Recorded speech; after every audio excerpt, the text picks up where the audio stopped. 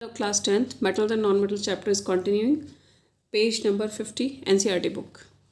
मैंने आपको last video में बताया था कि all ores are mineral but all minerals are not ore. सभी मिनरल्स को और क्यों नहीं कहते? बिकॉज हम उसमें उस मेटल की क्वांटिटी रिच नहीं होती जिसकी वजह से उसे हम प्रॉफिटेबली एक्सट्रैक्ट नहीं कर सकते.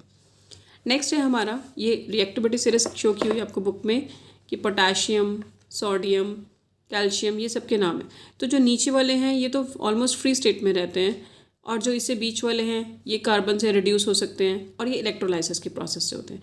तो ये इलेक्ट्रोलाइसिस रिडक्शन ये प्रोसेस हैं क्या, इनकी डिटेल हम अब आगे कंटिन्यू करेंगे. ठीक है. उसने और जो होता है ना तीन तरह का हमने कैटेगराइज कर लिए. क्या क्या? मेटल्स ऑफ हाई रिएक्टिविटी यानी ऊपर वाली जो टॉप वाली मेटल्स हैं सोडियम, पोटाशियम वगैरह, और metals of medium reactivity and metals of low reactivity. ठीक है. मेटल्स ऑफ हाई रिएक्टिविटी में हम क्या करते हैं? इलेक्ट्रोलाइसिस ऑफ मोल्टन और इलेक्ट्रोलाइसिस करते हैं. इलेक्ट्रोलाइसिस मीन्स पानी में उसको डाल देते हैं. जैसे कि सपोज एग्जांपल के लिए सोडियम सॉल्ट आपको पता है. मान लो सोडियम का सॉल्ट NaCl ही है. अगर आपने NaCl को वाटर में पोर कर दिया तो आप क्या करोगे? इसमें इलेक्ट्रोलाइसिस मीन्स करंट पास करोगे. ठीक है. तो इलेक्ट्रोलाइसिस मीन्स करंट पास करके करना. नेक्स्ट है जो मिडल रिएक्टिविटी. आपको ना टेबल से कम समझ आएगा, जब एक्सप्लेनेशन समझ लोगे फिर ये टेबल भी आपको क्लियर हो जाएगी. मेटलर्जी का प्रोसेस मैंने आपको पहले पिछली वीडियो में बता दिया था. Various steps involve in the extraction of metals from their ores followed by refining of metal. मतलब कि जितने भी स्टेप हम एक मेटल को एक्सट्रैक्ट करने के लिए उसके और से हमें जितने भी स्टेप्स फॉलो करने हैं उन स्टेप्स को हम मेटलर्जी बोलते हैं.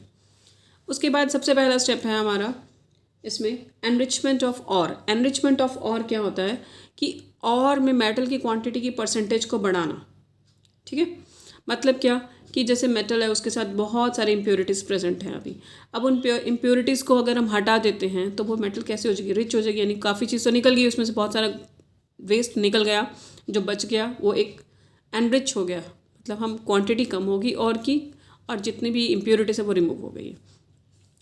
उन इम्प्योरिटीज़ को हम गैंग बोलते हैं. तो गैंग की डेफिनेशन क्या होगी? Impurities present in ore are called gangue particle. Gangue particle में सैंड हो सकती है, रॉक हो सकती है, सम अदर मटेरियल्स हो सकते हैं. इन गैंग पार्टिकल्स को रिमूव किया कैसे जा सकता है? इन गैंग पार्टिकल्स को रिमूव करने के लिए हम वॉशिंग कर सकते हैं इसकी. ठीक है. दूसरा फ्रोथ फ्लोटेशन प्रोसेस होता है.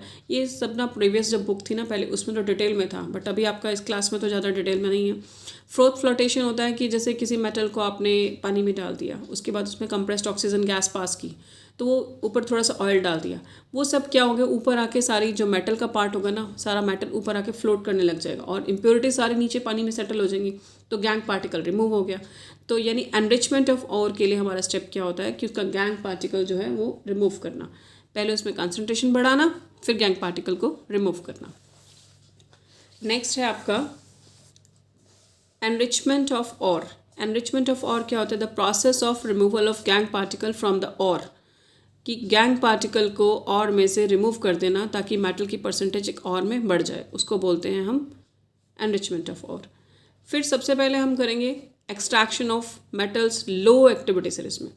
देखो जो लो है रिएक्टिविटी सीरीज में मेटल्स, उनको कैसे करते हैं? उनके लिए प्रोसेस है रोस्टिंग. अब रोस्टिंग होता क्या है?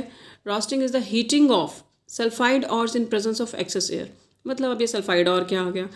कुछ मेटल्स किसी मैंने बताया था कुछ मेटल्स मेटल से ही रिएक्ट कर लेते हैं, कुछ नॉन मेटल से.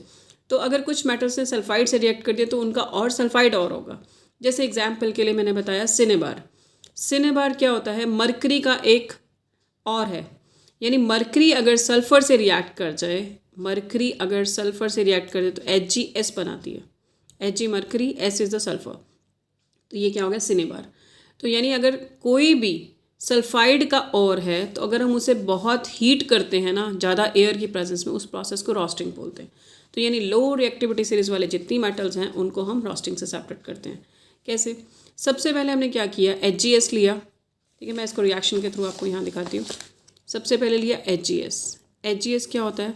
मरकरी सल्फाइड, जिसको हमने सिनेबार बोला. सिनेबार को एक्सेस ऑक्सीजन में हीट किया तो वो क्या बन जाएगा? HgO. यानी ये जो ऑक्साइड है ये सल्फ़र को ये रिप्लेस करके खुद इसकी जगह आ जाएगा डिस्प्लेसमेंट रिएक्शन की तरह. HgO बन जाएगा और सल्फ़र डाइऑक्साइड गैस रिलीज़ हो जाएगी. इसकी बैलेंसिंग रह गई अभी. ओके. फिर क्या किया? ये जो HgO है इसकी कंटिन्यू और हीटिंग करते रहो. जब इसको और हीट करते रहोगे तो इससे Hg अलग हो जाएगा और O2 अलग हो जाएगी. यानी कि मरकरी, प्योर मरकरी आपको ऑब्टेन हो गई. ठीक है. दोबारा क्लियर कर रही हूँ. Cinnabar plus O2 gives HgO. इसने इसको डिस्प्लेस कर दिया, HgO बन गया और प्लस SO2 बन गया। फिर HgO को अगर मैं कंटिन्यू करती हूँ हीट में तो Hg प्लस O2 यानी प्योर मर्करी मेटल हमें ऑब्टेन हो गई। तो ये प्रोसेस था आपका रोस्टिंग का। और कौन सी मेटल चाहिए? लो रिएक्टिविटी सीरीज वाले, क्योंकि मर्करी काफ़ी नीचे आता है। उसके बाद नेक्स्ट है आपका कॉपर सल्फाइड का, क्यूप्रस सल्फाइड भी बोलते हैं इसको, ठीक है। कॉपर सल्फाइड जो है, अगर इसको ऑक्सीजन में हीट करते हो तो कॉपर ऑक्साइड बन जाएगा। यहाँ भी ये कॉपर ऑक्साइड वो वाला नहीं है, CuO जो ब्लैक कलर का था वो नहीं है, ये क्यूप्रस ऑक्साइड है। क्यूप्रस ऑक्साइड क्या होता है? क्योंकि यहाँ पर कॉपर की वैलेंसेस 2 होती हैं, इसलिए इसमें क्यूप्रस ऑक्साइड बना है और SO2 गैस रिलीज हुई। फिर इस क्यूप्रस ऑक्साइड को और कॉपर सल्फाइड जो बचा हुआ था उन दोनों को जब मिक्स किया तो कॉपर अलग हो गया, SO2। देखो दोबारा रिएक्शन के थ्रू बताती हूँ मैं। सबसे पहले क्यूप्रस सल्फाइड है, ये कॉपर का और है, कॉपर सल्फाइड है ये। इसको आपने किस में ऐड किया? ऑक्सीजन की प्रेजेंस में।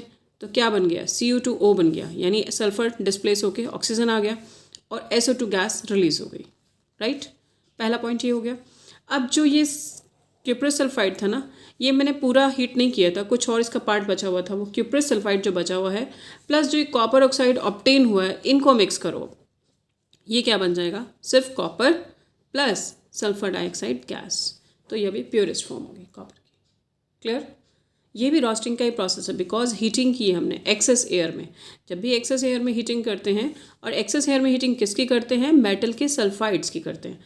तो copper sulphide plus O2 gives copper cuprous oxide plus sulphur dioxide, and cuprous sulphide और क्यूप्रस ऑक्साइड जो है मिलके वो कॉपर सेपरेट हो जाएगा और SO2 गैस रिलीज हो जाएगी। तो ये आपकी थी मेटल जो लो रिएक्टिविटी सीरीज हैं उन दोनों की रिएक्शंस। ओके।